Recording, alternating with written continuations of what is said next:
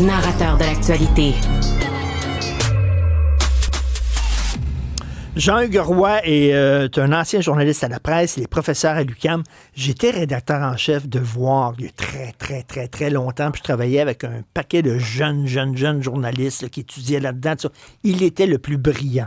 Et il a eu une très bonne carrière. Jean-Hugues, je suis content de lui reparler. Bon, alors, Jean-Hugues Roy qui a publié une lettre ouverte dans la presse au sujet des ennuis du REM. On lui parle. Salut Jean-Hugues. Bonjour Richard. C'est trop gentil. Non, écoute, c'est tout à fait mérité. Jean-Hugues, toi, tu es allé vivre à Deux-Montagnes. Oui, il y a 20 ans, oui. Il y a 20 ans, et tu dis que tu utilisais le train de banlieue et ça roulait. Ça fonctionnait, le train de banlieue. Oui, c'est une des raisons pour lesquelles on a déménagé là. On a toujours vécu à Montréal. Et là, pour toutes sortes de raisons, on a dû vendre notre maison à Montréal, déménager plus loin. Mais moi, j'ai pas de voiture. J'ai jamais eu d'auto. Tu le sais aussi. Tu m'as vu aller, tu m'as vu rouler. Je continue encore aujourd'hui. Je vais avoir 60 ans bientôt. Je continue encore à utiliser mon vélo pour me déplacer dès que c'est possible. Et donc, j'ai pas d'auto. C'est important d'aller vivre à quelque part où il y avait un bon service de train de banlieue. Alors, on a regardé tout le long de cette ligne-là, qui emprunte le corridor que le REM utilise aujourd'hui, c'est à Pierrefonds, à Laval, puis Deux-Montagnes, on a regardé, puis on a trouvé une maison là, puis le service marchait, effectivement. Tu le dis, ça prenait combien de temps, partir en train de banlieue de Deux-Montagnes, mettons, quand tu voulais venir dans le centre-ville de Montréal? Oui. Porte en porte, c'est 1h15, 1h30. Dans le train lui-même, c'était 40 minutes. De la gare de Deux-Montagnes jusqu'à la gare centrale, 40 minutes, tout le temps. Là, le REM le fait en 35 quand ça va bien. Et puis il y a d'autres, mais c'est ça le problème, c'est quand ça va bien. Quand ça va bien, c'est ça. Toi, tu dis, pour le train de banlieue, tu pouvais compter sur les doigts d'une main les interruptions en 20 ans. Oui, en 20 ans, une ou peut-être deux. C'est exceptionnel. Un gros verglas, ça d'épais, empêché. Mais souvent, il y en avait du verglas, puis on voyait le caténaire enrobé de glace, mais le contact se faisait quand même, ça faisait des flamèches, mais le train roulait. Il y a déjà eu des grands froids, ça faisait même du moins 30 pour que les aiguillages gèlent. Il y a eu des conflits de travail aussi. Alors, c'est les seules raisons pour lesquelles le train ne marchait pas. Mais c'est ça se compte sur les doigts d'une, peut-être deux mains. Là, et en 20 ans, alors que... C'est ça le problème, c'est que on dirait qu'on a créé plein de réseaux de transport en commun qui se vampirisent les uns les autres. T'sais. Si le train de banlieue fonctionnait, pourquoi on avait besoin du REM d'abord pour le même corridor? Mm-hmm. Exactement, si on avait voulu développer de nouveaux, si le REM avait été une expansion du transport collectif, on aurait mis développer d'autres lignes ailleurs. Il y en a une à Brossard, effectivement. Quand l'aéroport va être desservi, oui, ça va être la ligne de Deux-Montagnes. Je veux dire, ça fait quasiment 100 ans que ça existe. Donc, il n'y a rien de nouveau là-dedans. Mais ça a été privatisé, c'est ça l'affaire. C'était un service public. Là, c'est du transport collectif, mais c'est privé, c'est privatisé. Et c'est ça qui est le problème. On a fait ça parce que la caisse avait besoin d'utilisateurs, ça avait besoin d'une assurance qu'il y a du monde qui le prendrait, le REM.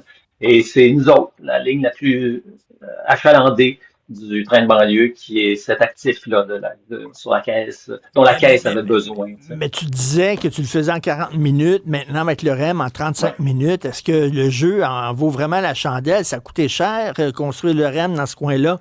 Pourquoi 5 minutes de moins?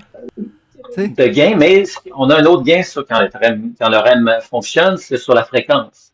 L'ancien train de banlieue, tu avais quelques départs le matin, peut-être 6,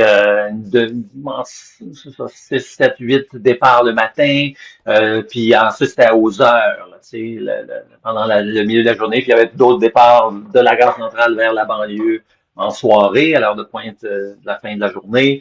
Et puis ensuite, c'était aux heures, 7h30, 8h30. Bon. Alors, il y avait moins de fréquence, que le REM actuel. Le REM actuel, à toi, 5 minutes, c'est un peu comme aller prendre le métro. Tu regardes pas l'horaire, tu y vas. Puis quand il marche, il y en a un. Ce matin, c'était c'est ça. OK, c'est ça le problème. Si tu dis il y a vraiment trop de panne, là, tu te montres pas très indulgent, là. Jusqu'à maintenant, disons que ça part mal. Tu sais. Ça fait 75, 76, 17 jours là, que c'est ouvert cette antenne-là du REM. Et un jour sur trois, il y a eu des problèmes. Aujourd'hui encore. Tu sais. C'est plus des problèmes d'ascenseur aujourd'hui, mais Ben oui. c'est flambant neuf. Tu sais, je comprends pas comment ça fait que c'est bon, oui, puis comme je le raconte, il y a eu d'autres pépins, il y a des beaux eaux qui se sont introduits sur la voie, il y a eu un camion qui a frappé le viaduc sur Marcel Lorrain, tu sais, mais la majorité des pannes, c'est pour des problèmes techniques, on invoque la météo. Oui, il a fait froid, mais Christy, c'est pas, je veux dire, ça de suite, me semble, ça aurait pu être conçu en Ben fonction oui. de cette saison-là qui revient à tous les ans, là. Ben oui.